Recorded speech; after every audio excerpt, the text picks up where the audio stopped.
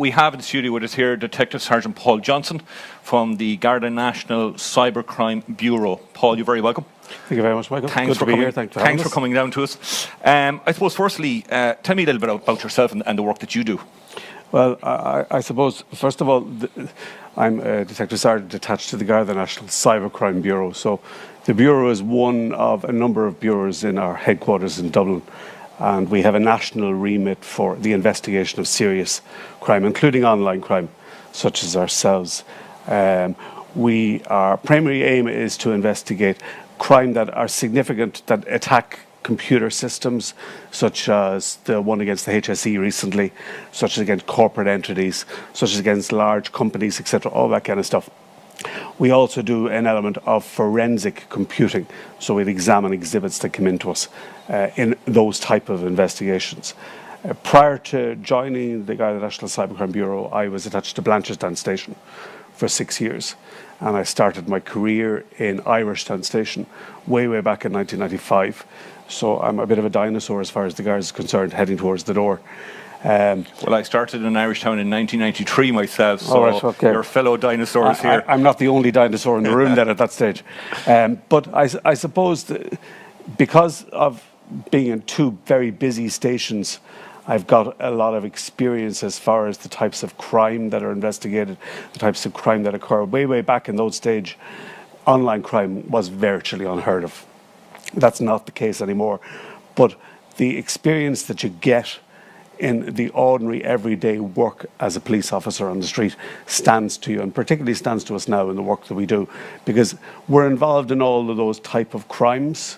Even though we are largely a forensic service to members of An Garda Síochána who are investigating different types of crime, we have to have an element of knowledge of how those crimes take place, of how they're perpetrated, of the types of evidence that's necessary, so that when we go to the computer to do the examination, you can pull all that information out and present it in a way that helps the service and helps the investigation itself. So I've been there since 2001 in the National Cybercrime Bureau. I was promoted in 2014, and I'll be there for the next few years, I would say, at this stage. I think to be fair to say that the landscape of cybercrime has changed dramatically over the last 2 years. I mean, a text scam or a phone scam 2 years ago was almost unheard of, where I think most of our viewers today will say we're getting them on a daily basis. What's changed? What's made this so popular? Cybercrime is nothing new. It's been there for a long time at this stage now, like the last 20 years or so. You'll see cybercrime in various forms and various fashions. And criminals have long recognized the value of data and the value of networks and the worth of actually attacking a computer system, whether it's for holding the company to ransom, whether it's for selling, whether it's for finding out about individuals, whether it's your employee sitting in a company who's leaving and setting up in competition on their own and copies out the data and then goes out and contacts all of that kind of stuff. Shows the value of an actual computer system as far as criminality is concerned. So there's nothing new about this at all. What is new now is the fact that we're spending an awful lot more time at home than we ever were, particularly in the current climate now, since COVID kicked in about 2 years ago or so. So the office that used to be in the business is now in the living room instead. And people are sitting at home, they're online with their company networks.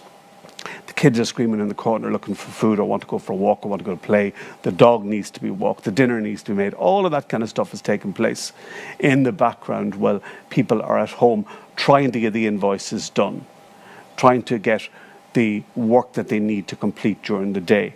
And that puts added pressure on them.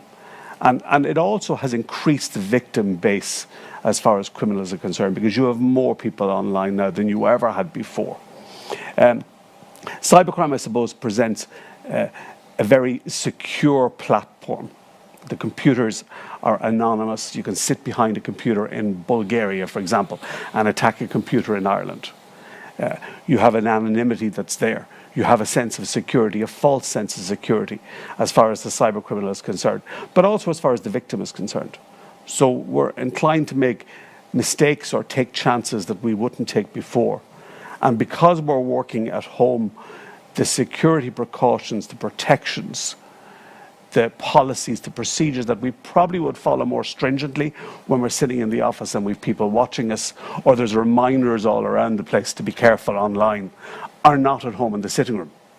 Yeah, I suppose we're mixing home life and business life Yeah. on the same PC, which is not good. And it was interesting you mentioned, crime coming into our sitting room, because traditional crime, burglary we spoke about earlier, assaults, whatever the traditional crime is, the perpetrator and victim had to be virtually side by side. Yeah. But this type of crime, the perpetrators are probably not even in the same country. They're not. No. And they're reaching every geographical area of the country, from the Aran Islands right through to Curracloe Beach and Wexford. They're getting every part of the country.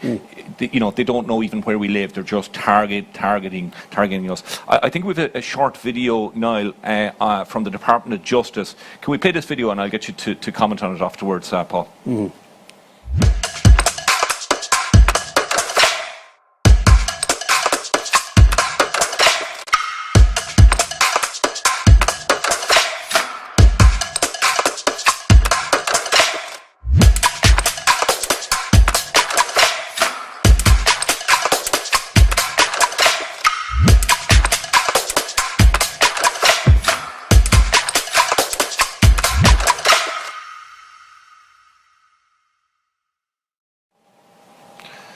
I suppose even in that short video, there's so many words that we're hearing more spoofed and ransomware and all that. Talk me through what some of those words mean. We've all heard to some extent of the phishing and the smishing emails. Like the phishing email would be one that you'd get, that it pretend to be coming from your bank or from a supplier, or the guards even in some cases saying that your account has been compromised or your PPS number has been blocked, whatever it happens to be, and you're asked then to follow a link, and you're asked to click on the link to provide your logon details, provide personal or sensitive information, whether it's banking or passwords or whatever it happens to be. And the whole idea is, if you don't do this, you're not getting it back into your account. So people are tempted to do it, particularly, as we said earlier on, if they're very busy at home, as you said yourself, if they're mixing work and home and the pressure is increasing, etc. And then all of a sudden they get this email in and the tone is threatening or urgent, and they respond to it straight away. And as soon as they do that, they provided information to somebody who then uses it to either create a fake profile or to clean out their bank account or whatever it happens to be. And a simple stop at that stage, to just take a step back, take a couple of seconds, hover over the link, see does it actually go to Bank of Ireland, see does it go to the guards. 9 times out of 10 it won't. If you don't believe that that should be happening, then take a step back, stop, pick up the phone, ring them, all of that kind of stuff. What we're finding at the moment is that the most prevalent crime that's attacking businesses at the moment is ransomware. So ransomware basically is where a cyber criminal will send you an email with a link in it, or you'll click on an infected website and it'll download a bit of software onto your device, and then it starts encrypting it. And the encryption is very, very rapid. You may not see it happening, you probably won't see it happening. When you go to move on, or you go to do something new in your system, or you go to switch it on for the first time after this has happened, all of a sudden it's locked. You can't get any further. You can't access your data, you can't access your photographs, you can't go online, you can't complete your work for your business, whatever it happens to be. You're completely gone. You have no control of what's happening to your system at all. I think for businesses, there's a lot we need to talk about here today. I might just focus firstly on the domestic types of cyber attacks, frauds, scams. So you mentioned the text messages. We'll start with those. I mean, I get a text message from purporting to be a Bank of Ireland text message. I'm not even with Bank of Ireland. I get a text message from them at least once a week with that hyperlink, I think it's called, the blue piece of writing. Yeah. Now, I've never clicked on it, but if I clicked on it, I'm led to believe it will bring me to what looks like a Bank of Ireland website, and it'll probably ask me for personal information. So what's your advice to people who are getting those text messages? Don't click on the link straight away. Stop, as I said earlier on, hover over the link, see does it go to where it says it's going. If you don't believe you should have a problem as far as your bank is concerned, then be very suspicious of it. ring the bank, phone them, ask them, did you send me an email in the first place? Check with every single bank has got a customer service line. You should know it. If you don't know it, it's very easily found online, on Google, whatever it happens to be. And contact them. And then check and see, did you send me an email? Is there a problem with my account? It's very, very simple. The whole idea, as I said, is that the tone of the email is in such a way that it suggests if you don't respond to this, you're going to get locked out of your account. And at the moment, with Christmas coming up, that's very, very frightening for some people. It's, oh God, I'm not going to be able to take get my presents. I'm not going to be able to do A, B, and C. I'm not going to be able to do all the stuff I need to do if I don't follow this link. So I need to do it. And before you know it, you provided the information. So take a step back. Stop. Take a few minutes to think about it. And if you're not sure, pick up the phone and ring the company or ring the bank. One I can see, and we've seen it, I suppose, over the last couple of months, is the delivery text messages. You know, I suppose a lot of people now, we'll talk about online shopping in a few moments, but a lot of people will be, I suppose, using the online shopping and the delivery methods, and the text messages will come purporting to that company. And again, there's that sense of urgency about it. If you don't click on this link, your package will not be delivered before Christmas. You know, so I suppose they're a little bit ingenious in their methods of trying to get our attention. And as you said, I'm trying to work from home. I'm trying to feed the kids. I'm, you know, keeping the dog happy with my toe. You know, this text comes in, there's a tendency there to click on it quickly. So I suppose the pandemic and where we found ourselves has played into the hands of these cyber criminals. Would that be fair to say? Absolutely. You know, I'll say it again, and it's worth saying again. We're spending more time at home. We're spending more time online because we're at home. We're sitting in front of the computers. We're doing our business, our work, and then we're also going and doing our personal activities online. So we're looking up holidays, although not many people are looking up holidays at the moment. And we're doing our shopping coming up now to Christmas. We're ordering goods online, etc. All of that kind of stuff. So there is a tendency to use it an awful lot more than there ever was. And the criminals have recognized this. They know, as I said earlier, there's a broader victim base. They know there's more people out there. They know they are secure sitting behind a computer in another country, sending out these emails, etc. And the text and the messages you've described, the flu bot viruses is what they're called, basically. Okay. So what you do is you'll get a message saying to you, your package is on the way, it's been delayed in customs, so you need to pay a couple of quid extra to release it. Or please confirm your details so we can secure delivery of your product, etc., all that kind of thing. And a lot of people are ordering online, so they're probably to some extent expecting a package to be delivered. But if you're asked to pay an extra charge for customs to release a package that you've already paid in full for, that should raise an alarm in your head. If you're getting a message telling you that your package is on the way and you have to click on a link to provide your details to confirm that it's on its way when that's what it's telling you, that should raise an alarm in your head. So it's the same as the links that you're getting allegedly from the bank. Take a step back, stop, think about it for a minute. Go online. If you have a tracking number for the actual package itself, check the tracking number and see what the status of it is. See where it is. Is it stuck in customs? Is it on delivery? Is there a problem with it? And if you need to, phone the company that you ordered it from, or send them an email, or check in their customer service chat to see, is there a problem with the delivery of my package? And if there is, can you tell me what it is? The last thing you should be doing is clicking on the link, particularly if you don't expect one, certainly if you haven't ordered anything, and thirdly, if there shouldn't be a problem with your package. So just take a step back and take a minute before you click on it. So I suppose what we're seeing with those texts is they're out of the blue. You know, we're not expecting it. They are looking for that personal information. As you said, your personal details, pins, passwords, names, address, all that personal data. And you know, if that's what it is, the alarm bells should be going, should be ringing and saying, hang on, step back from this. Absolutely. But if in doubt, your advice is independently ring the delivery company or the bank in question and ask those questions. Never click on the link and never use the phone number that text you or that it came from. No, don't use the phone number. No. Going on to phone calls, I suppose, at the start of the pandemic, we saw a lot of real people ringing us, you know, purporting to be whoever looking for the personal information. And then in later months, we've seen a recorded message asking us to press 1 and so on. Obviously, they're scamming us. They're scamming people. People are falling for that scam. So the phone calls. Talk me about through that. What have you seen, and what's your advice to people? Yeah, I suppose they're a variation on a theme. There's a trend running through all of these kind of scams that are going on. The intention of every one of them is to get your personal details, or to get your banking details, or to get log-on account details, passwords, usernames, etc. A lot of these are automated, so it's very easy to distinguish what they are. If you listen, it sounds as if it's a computer talking to you, and that should be the first warning to anybody that hears them. You know, as you said, because there were so many of them going on in the past, we were getting a phone call. You were able to respond. You were able to ask questions of the individual that was on the phone. You were able to pretty quickly determine that this is a bit of a scam, or there's a problem here as far as this is concerned, or the individual is just looking for information.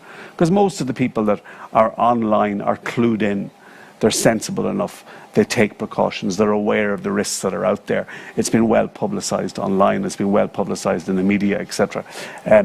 So the criminals have amended their ways. They've changed their methods, and they've now gone to an automated process to some extent. But that should be a warning signal straight away to somebody. And again, it's looking for the personal information. So if you get a message like that and it sounds very robotic, shut it down, delete it, don't reply to it, put down the phone, whatever it happens to be. The same goes for the likes of the Microsoft scams, the ones that you get saying there's a problem with your computer. If you do A, B, and C, I'll talk you through how to fix it. You know, these are well-known scams that are out there. And there's no computer is completely secure, completely safe, functions perfectly. There are always going to be some kind of errors.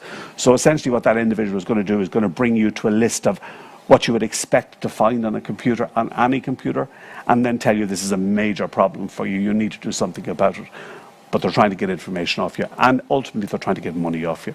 So just say no, basically. But it's obviously working for them. And what I'm seeing, I suppose I've used the Garda Analyst Service, who are a great resource that we have to try and see, is there any commonality amongst the victims?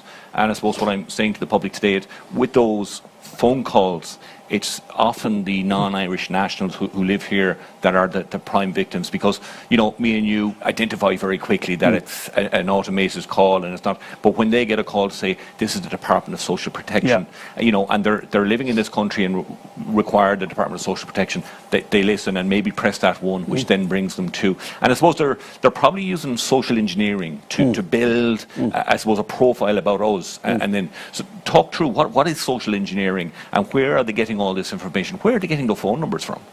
Well, social engineering is fear more than anything else.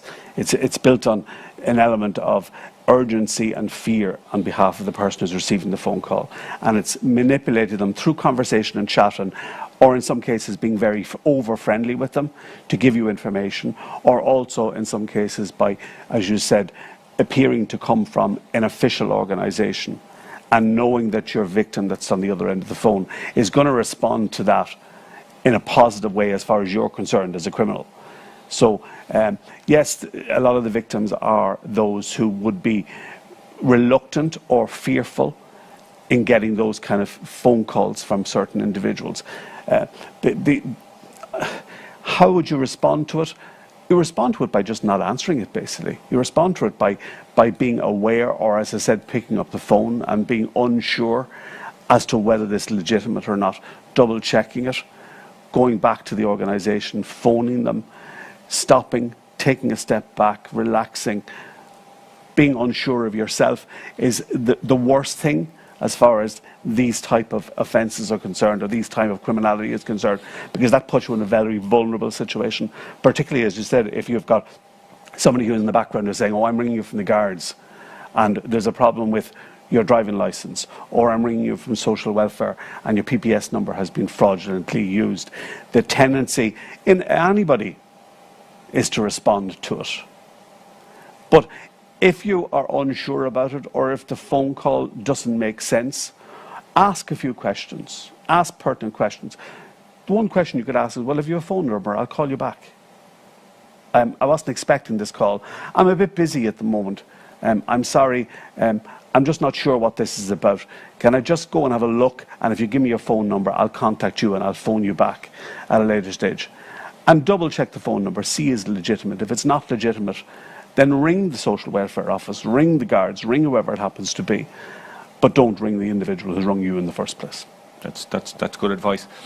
Can I ask your opinion on something? And I appreciate this is not you. It's around these people are using a SIM card and data to send text messages, to make phone calls. So Mick Walsh can walk into a shop today. I can buy a SIM card for maybe €5. I can buy a bundle of data or a bundle of credit. And off I go, sending text messages, making phone calls, trying to scam people. If you're to compare that to, I suppose, legislation that came in around, banking and that, where, it's a lot more difficult to open a bank account. And if a large amount of money was transferred into my account, there'd be questions asked.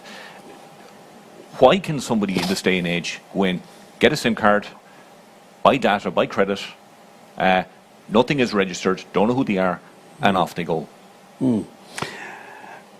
I suppose that I could give the flippant answer and say that there is a problem with it. That shouldn't be the case.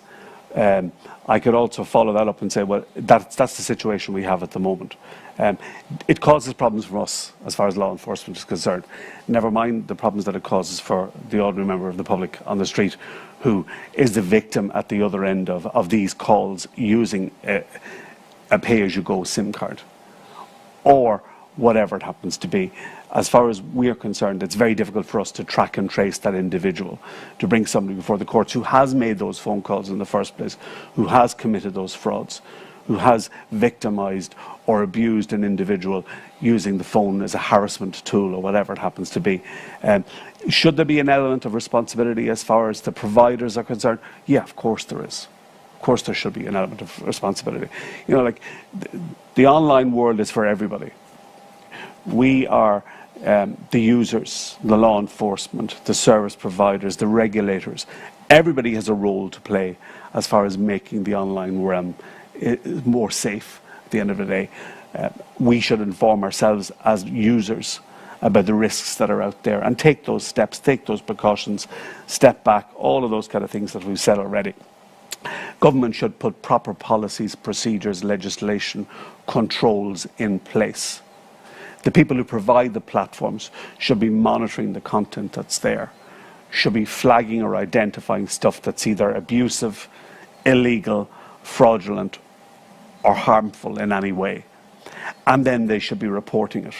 And then law enforcement should be investigating it fully, bringing the individuals to court, prosecuting them, or cooperating with our colleagues in what is a global crime, wherever that happens to be. So we should be working with the likes of Europol, Interpol, the NCA, all of those organizations that are around the world, and also working with the cyber community, with the service providers, with cybersecurity agencies, with various other academia, all that kind of thing. And that does happen to a large extent, but all it takes is one little area for it to fall down, and then all of a sudden it's made much more easy for the criminal. Another element, I suppose, at this stage is that privacy is very, very important as far as individuals are concerned. So you'll find that a lot of companies, a lot of service providers, including the telecoms providers, are now very, very particular and very aware of the privacy of their customers, and very stringent, and rightly so, about protecting that privacy. But there has to be a balance as far as that's concerned between the privacy of the individual and the safety of the others. And I'm not sure if that balance is there at the moment. I'm not sure if there's more of an emphasis on privacy rather than on safety. If you're a victim of an online crime, you have a reasonable expectation that everything that can and should be done to keep you safe and to detect and prosecute the individual who has victimized you can be done. And that's not always the case, because there may be precautions in place, there may be lack of information available to you, the legislation may not be as robust as it needs to be, the procedures may not be followed, privacy may kick in, whatever it happens to be. So that balance is not always there, but it should be there. Yes, there's a reasonable expectation that everybody will play their part. Yeah, absolutely. You mentioned there, like, our mission is keeping people safe, and I suppose in the big cog and the big wheel, we're only a small cog. You know, as a country, this is a global problem. Absolutely. The working from home, and you know, Councillor McNeilis in his opening address mentioned, you know, this is here to stay. You know, this hybrid approach, the Zoom meetings, the online meetings, they're here to stay. All of that. So there's lots of work to be done in that area. In a couple of minutes, we have a video from Detective Superintendent Ryan. But before that, just these types of crimes, is there particular trends that you see happening? In other words, I'm expecting, as I said, the deliveries coming up to Christmas, those types of delivery text message will be coming. Do you see a particular trend that people can watch out for, or is it totally random? Well, the old reliables are going to be there. Yeah. They're always going to be there at the end of the day. So the phishing that we've spoken about already, and the text version of that, which is called smishing, it's basically exactly the same. It asks you to follow a link. It asks you to enter a website, whatever it happens to be. The online frauds are going to start coming up now at the moment. So say, for example, your auction frauds, where somebody's gone on and the must-have Christmas present is available only on this website. And you go on and there's none of them left, or you're outbid for it. And the next thing you get a message from somebody saying, oh, I have one of those for sale. If you pay me using a money transfer service, then I'll send it to you. And before you know, you've paid maybe the same price, a little bit above the odds, because you're eager to get it, and it never arrives. Right. Yeah. All of that kind of stuff. We'll talk about Christmas shopping in a couple of minutes. I think we have a video, Niall, there from of Detective Superintendent Ryan. Just about a 2-minute video. We'll watch that. October sees the start of the European Cybersecurity Month, an EU-wide initiative with the theme of being cyber safe from home. An Garda Síochána would like to remind the public and businesses of the importance of being cyber aware and cyber safe. The past year has seen a steady rise in the number of attacks on computer systems belonging to individuals and businesses. Cyber criminals are constantly on the lookout for new ways to extract money from victims or cause serious disruption to businesses. The Garda National Cybercrime Bureau works closely with its partners, including the Department of Justice and the National Cybersecurity Centre, to identify online risks and inform the public of safety and security steps they can take. Even as restrictions are being lifted, a lot of people are still and will continue to work from home, and the need to be cyber vigilant is greater than ever. As a result of a cyber attack, private data can be lost or become inaccessible, and the recovery from such an attack may not always be possible. Engagement with cyber criminals and their demands to prevent further attacks or data publication often comes with no guarantees. The message from the Garda National Cybercrime Bureau is to always be prepared for a potential cyber attack. A few simple steps will limit your exposure and help keep you safe online. Always have a separate and up-to-date backup available should you be attacked. Regularly update your systems and software from official sources only. Never open attachments or links unless you know and trust the source.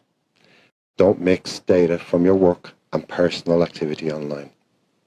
Never share personal or sensitive information online. If you are the victim of an online cyber attack, report it to your local Garda station. For more information, please go to garda.ie/cybercrime or ncse.gov.ie.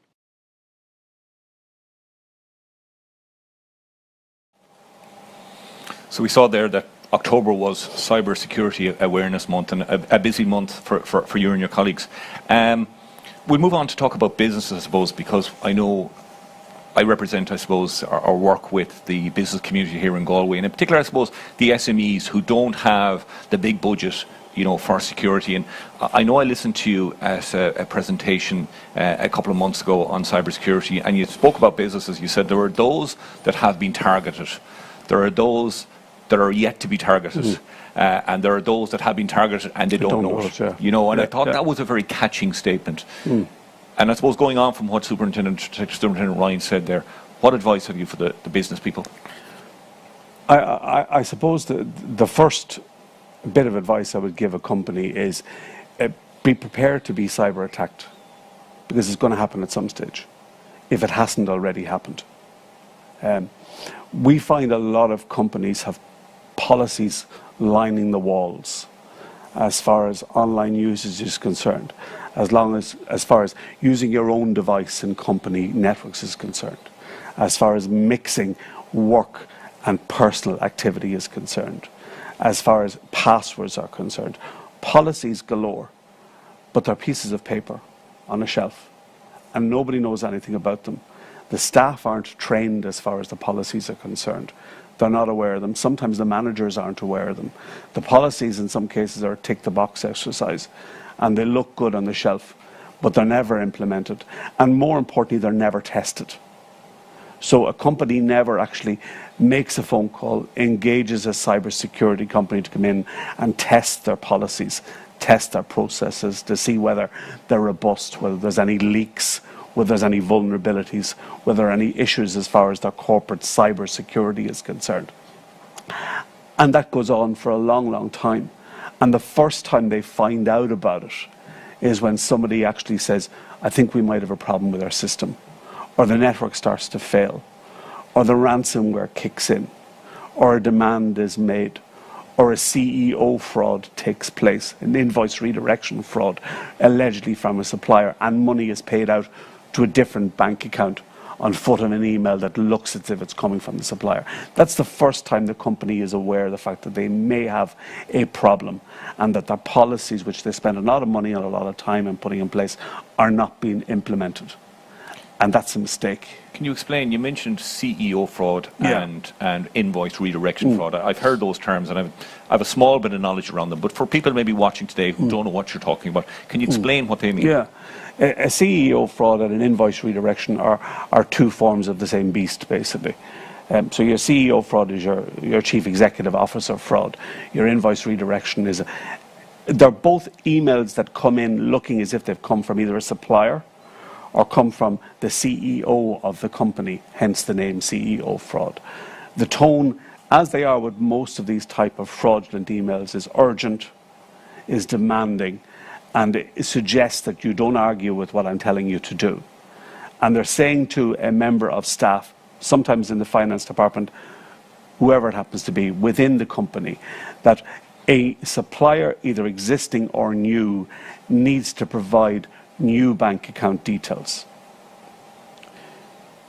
The bank account details need to be changed urgently, because a payment has to be made within the next hour or two, or whatever it happens to be, to facilitate a new account or a new contract with that company. Don't argue with me. Don't delay it.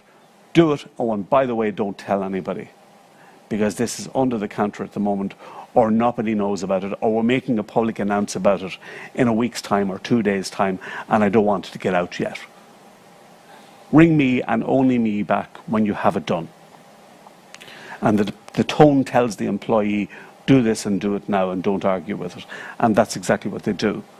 But what they don't check is they don't check the actual email that the messages come from.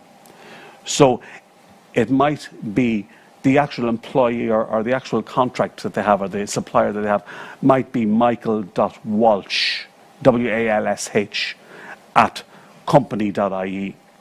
But if they look at the email, it actually is michael.walshe at company.ie. And that subtle difference is missed by the employee because they're hassled. But there's also spoofing, and we mentioned it earlier, where I think the software you can get to make your email address look just like Michael Walsh. You know, and as you say, if you hover over it, it'll show you the real one, but without checking those, that's important. I heard a story last year of a similar type of scam where the hackers must have hacked into the emails to know what the company is doing. And the CEO of the company, Paul, had travelled to London on a business meeting. And, you know, I suppose they saw booked his flights, they saw what time he was arriving in London. And, you know, as he touched down in London, there was an email back to Mick, who is the financial guy, to say, hi Mick, Paul here, are you in the office? Yes, I am. Would you mind transferring X amount of money to this IBAN account? I'm here trying to close this business deal. Mick knew Paul was in London closing the business deal and just assumed that was genuine and sent it off. So I suppose the advice, we mentioned it earlier with making that independent call, that if you're asked to do something new that you haven't done before, would it be good advice to say, do you know what, send a text message or ring that person? Absolutely. Say, hi Paul, Mick here, I've got your email, just double check it before I send 100 grand to this IBAN.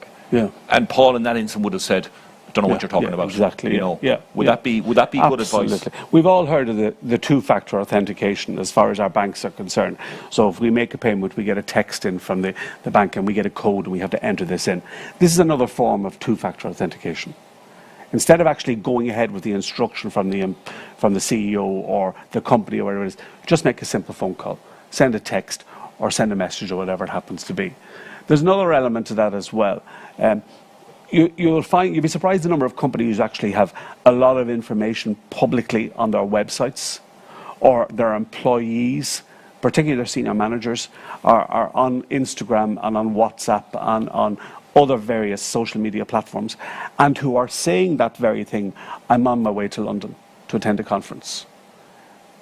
And when you combine that with their email address, which is publicly available on the website, it's very easy to spoof it. It's very easy to look as if the message is coming from him. And you also have the personal information that the employee back in the company would expect you to know or you to have if you were the individual in question. So limit the amount of information you're putting in your website. Use the likes of the generic emails like info@company.ie instead of pauljohnston@company.ie. Be careful with what you put on social media. Remember, if you put it up there, it's never going to go away. It's always going to be there. And it is food for a cyber criminal at the end of the day. So be careful how you put it up. Be careful who you put it up. Be careful who you share it with. And also be careful who you become friends with, because there may be somebody who's sitting there just waiting for that very information to send that invoice redirection. I think that's very important information for businesses out there. You know, as you said it there, it's sending shivers down my spine how easy it is to get that information and become a scammer. It's all social engineering at the end of the day. It's exactly the same as the phone call that you will get at home in the house asking you, how are you doing, Mary? How are the kids? How's the dog? Because most people have got kids, most people have got a dog. And it's just making you feel comfortable about giving information to this individual because, maybe I know them, or maybe they are who they say they are, etc. And this is just another form of it. Absolutely, absolutely. You mentioned at the start about data and securing data, and I've often heard the expression that data is the new oil. You know, it's very lucrative. It's as valuable as money. So while we're protecting our bank accounts and how we avoid invoice redirection frauds and everything else, what would you say around data security? Well, Superintendent Ryan said it there earlier on. The number one thing that needs to be said repeatedly is have a backup of your actual data. It's shocking the number of companies that are out there that don't have a backup of their data, their essential data, their data that allows them to function as a company or an individual in many cases as well, as the case may be. It's also equally surprising the number of companies that do have a backup, but it's sitting on exactly the same network. And that's akin to having a spare set of keys for your car and putting it in the glove compartment, and then the car is stolen. That doesn't make sense at the end of the day. So if you're going to have a secure backup, have it completely separate. Have it on a backup server. Have it on a different computer. Have it in cloud. Have it in a different network, whatever it happens to be. That's the first thing you have to do. Make sure that your sensitive data is encrypted. So stuff that you need essentially for business, the everyday business, as well as backing it up, make sure it's encrypted. Have your policies in place, as we said earlier on, but enforce them. And make sure your staff are aware of them and trained as far as they're concerned. Familiarise yourself with the risks that are going on at the moment, the online cyber risks that are going on. It's very easy to find out what they are. You should know what they are. So say, for example, the most prevalent one at the moment is ransomware. We've said it a couple of times already, where you get that encrypted email, message, a link, whatever it is you follow, and the next thing it downloads software onto your system, and it's all encrypted. All of your data is gone. You can't get back into it. And what they're doing now as well at the same time is that not only are they encrypting the data, but they're exporting it too. So they're demanding a ransom to get access back to your data first of all, and then they're demanding a second ransom to stop them publishing the actual data. There's no guarantee you're going to get it back if you pay. There's no guarantee they won't publish it. So be aware of all of that. With your company, with your staff working from home, if you have to provide them with access to the network, do it over a secure connection, a virtual private network. It's like a tunnel on the internet that's locked and encrypted, and only your employee, using the software or the credentials that you've given them, can access the data or that tunnel and the content inside it. So use that. Have a policy about mixing work and personal activity at home, so there's not cross-contamination. I'm not searching for a product online on the laptop I've got from the job, or I'm not downloading something onto a memory stick that I then plug into the laptop I've got from work, and that's then connected to the network at a later stage, and before you know it, there's a virus gone throughout the whole company. Yeah, I think how easy you can get that virus, and the malwares and the Trojans and all these terms. Absolutely, you hear, and even the memory stick, plugging it from the work laptop into the private laptop can be crossing that over. Yeah. So is that where these ransomwares are coming from? From something I download. So I get an email and it's an attachment, and I don't know what it is, but I click on and have a look. Yeah. Is that generally where that's coming from? A lot of them are coming from that source, all right. Yeah, it's a message or a website that looks either interesting, funny, I would expect to get it, or I'm just curious. Would it come through social media? Could it be from there? Yeah, it could be, easily, yeah. You'd be surprised the number of people who actually will go online to social media, will get a message from, particularly if they've friended somebody that they don't know, and that's a no-no, basically, at the end of the day. You shouldn't be becoming friends with somebody you don't know or somebody that's not recommended to you, because they are potentially somebody who's out there that just wants to exploit you. And they're sending a message then with a link in it that's infected, or brings you to an infected website, or allows them to download software onto your device, and before you know it, it's encrypted, or they're stealing your personal information, or it's monitoring what you're doing on a daily basis on your online system. So, if it looks too good to be true, it probably is a good rule of thumb. And that goes with the take a step back. Scary stuff. I suppose the advice to businesses, if you are working from home, a work computer just for work. Just for work, yeah. Don't be letting the kids watch YouTube on it. Keep it for work. Just for work, and keep its protections up to date, keep its antivirus up to date, download software updates from reliable sources, use a secure connection, have a policy, make sure they don't use insecure Wi-Fi, so don't be going into the cyber cafe to use their Wi-Fi, because that's vulnerable, it's at risk, it's locked, it's wide open to anybody that wants to use it, and everything can be connected in it.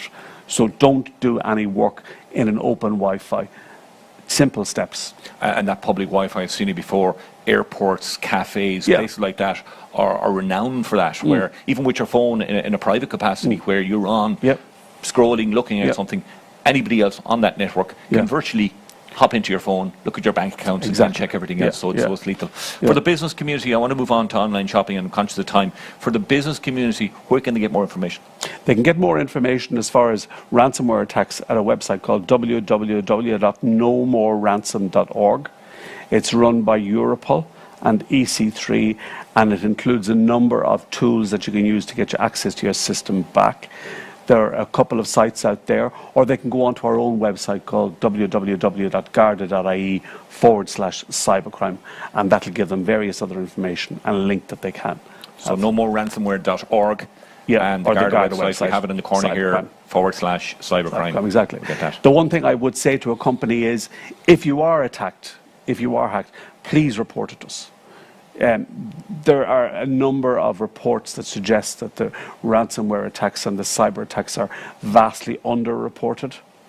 I can fully understand the company, corporate reputation, customer service, privacy, all the rest, etc.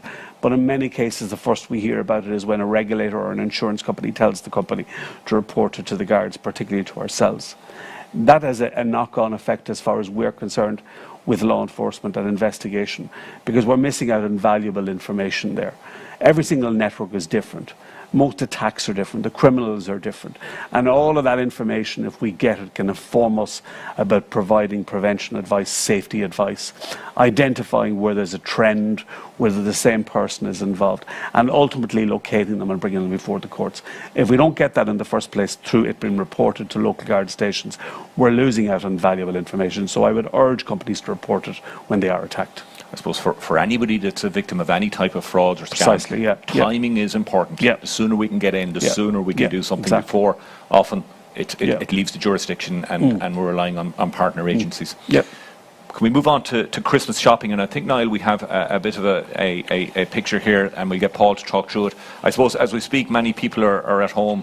They are, in one hand working, but in the other hand, there's a bit of Christmas shopping going on. There's a couple of graphics there. I don't know if you can see them, but talk us through Christmas shopping. What kind of things should we be looking for when we're online shopping, as a from a crime prevention perspective, should we say? Yeah, I suppose it's the information that we've said already, the tips that we've given already. A lot of them are very well publicised and should be well known to people. The auctions, taking a step back, if you're offered, say for example, a second chance at purchasing, then don't. Step away from it. If it looks too good to be true, if the price suggests this is a fantastic deal, or this is exactly what I've been looking for, then again, take a step back. There's probably something wrong with it. Say for example, check out the website or check out the seller's reputation. Check and see if they've got a good reputation for reliability, for honesty, for the products that they sell, for the delivery, for the prices, etc., for all of that kind of stuff. But equally importantly, make sure that reputation or that rating is going on over a period of time. So it hasn't just happened in the last 2 weeks or the last month on a run up to Christmas, because that should be a warning signal to people. This is probably a new account. So the likes of Trustpilot, I think, is one of the Trustpilot, exactly, is a good one you can check. Yeah. I suppose, if you're shopping online, go back to the ones that you're familiar with. You've used them before. Yeah. You know they work. You know they're safe. Yeah. I know from the golden rules there, they have the HTTPS in the address bar. What's that? A secure site. So it's basically saying that it's encrypted, it's locked, and it's been verified to a large extent that it is actually legitimate and it is what it says on the tin. And in many cases, you'll find that with, say, for example, your domestic websites, so your domestic sellers, those that are here. If you have a problem at a later stage, you have an easy way of getting in touch with the company because they're based here. Their website is based here and regulated here. And you have a comeback as far as a problem that you might have or getting your money back. At the same time, using secure payment methods. So say, for example, verified by MasterCard, verified by Visa, your two-factor authentication, so that if it is an issue, then you can go straight to your bank, try and get the money blocked, or you will be refunded in many cases where the bank says there's a fraud, a clearly identifiable fraud concerned here. The last thing you should be using to pay for goods online is the payment, the money payment or the money transfer service, because there's very little or limited controls as far as that's concerned, and you have very little comeback as far as getting your money back is concerned. So that's probably your last source of call. Say, for example, if a product doesn't arrive and the seller said it's stuck in customs, the flu bot that we mentioned earlier on, be wary of that. You've already lost enough money potentially in that case, so don't go spending more money to get it released from a customs control that probably doesn't exist. You're better off to step away and concentrate your efforts on either getting your money back or sourcing it somewhere else at that stage and taking the hit as the case may be. Don't send money up front to a seller. If you possibly can, organise delivery of the product first of all, and then pay them afterwards. Use the likes of PayPal to pay. I was going to ask, I mean, look, we've I think Black Friday coming this weekend, and we've Cyber Monday, we've all of that. PayPal is probably good. Credit card is better than debit card, I think. Credit card is better than debit card because you have more protection from the credit card company themselves. Their insurance will kick in if you lose out, and they'll refund you. Your debit card, you're probably going to end up in a discussion with your bank. The bank are very approachable and amenable as far as these discussions are concerned. It's entirely between yourself and the bank as to what the outcome will be. But if you can use the secure one, like the credit card or the PayPal processing, where you have that built-in insurance and refund policy, then that's the way you should go. Probably good advice to monitor your bank account, your credit card account as well, because if you are scammed, it'll usually, it'll be a small scam to start with, and then when you're not watching, effectively they'll instigate more scams as they go forward. But if you are going to use a credit card, don't provide your credit card and your PIN number to anybody online. So somebody says, can you give me your credit card details? Oh, and by the way, can I have your PIN number as well? No. You don't need my PIN number. I'm the only one that needs my PIN number. So don't give it at the end of the day. Just be wary about those kind of things. Anything that doesn't sound right, it probably isn't. Anything that sounds too good to be true, it probably is too good to be true. Good advice around the Christmas shopping there. I want to finish, Paul, with, I suppose, children online. You know, many of us have young kids, and especially over the last couple of months, they've been online a little bit more than they would normally be. And I'm hearing of stories where cyber criminals are using the kids to get, I suppose, malware or something fraudulent onto your device. That, and I suppose any other advice you give, I suppose, coming up to Christmas for families and your kids online? Yeah, I think as far as kids are concerned, we can talk to the kids till the cows come home and tell the kids exactly what they need to do. And a lot of kids are more clued in than their parents as far as using the internet is concerned and using social media is concerned. And that, to an extent, is part of the problem. Because a lot of the parents are not aware of what their kids are doing, aren't as up to date as far as the new platforms and equally the risks that are out there. So we have to educate the children, but we also have to educate the parents as far as online risks and safety is concerned. We all know that the internet is a wonderful thing. It's a great source of information, whether it's academic, whether it's pleasure, whether it's entertainment, whether it's finance, whether it's holidays. We can buy whatever we want, and that's part of the problem. We can buy whatever we want. So if a parent, say for example, is not sure about what their child is doing, sit them down and talk to them. Inform yourself first of all about what the problems are and what the risks are, and the fact that there are potentially individuals online who want to exploit a child or an adult or whatever it happens to be, and get them clued up and get them precautious or cautious about what they do online. If you need to monitor or block services or block sites, do. Most of the social media have an age limit of 13 years of age. But that's very difficult to monitor. It's very difficult to police for the social media. So there is an element of personal responsibility as far as that's concerned, not just for the user, but also for the parent, particularly if you're talking about very young children. Does your child need to have a smartphone just to be able to contact you, especially if they're 11 or 10 or 9 years of age? They probably don't. A phone is a phone at the end of the day. If you just want to keep in contact with them, then get them an ordinary phone. There are plenty of very good phones out there. Think again before you go to a phone that can give them access to everything, and I mean everything online. As far as the kids themselves are concerned, you know, be careful who you chat with, be careful who you connect with. Don't respond immediately to a request for a chat, particularly if the individual asks you for a private chat and you're on a public forum. And all of a sudden they say, no, let's have a private chat about it. That's a red flag. That should make you think and sit back and say no. Don't respond to, say, for example, anybody asking you to share information, personal images, whether they're yours or somebody else's, for that matter, online. Once it's online, it's always online. You're never going to get rid of it. It's always going to be somewhere in the background, and it will resurface at some stage. So don't do on an online platform that you wouldn't do offline. And certainly don't do something online that you wouldn't want your parents or your friends to see. And if something happens, if you're victimized, if you're exploited, if you even make a mistake online on a platform, report it, tell somebody. Whether it's a friend, whether it's a teacher, whether it's a parent, whatever it happens to be, and stop the communication straight away. Because you have to remember, you're the victim, not the perpetrator, and you need to protect yourself. So step back, stop, and tell somebody straight away. Some great advice. Detective Sergeant Paul Johnson, thank you very much for coming down. More information, garda.ie/cybercrime. Exactly. Thank you very much. Thank you.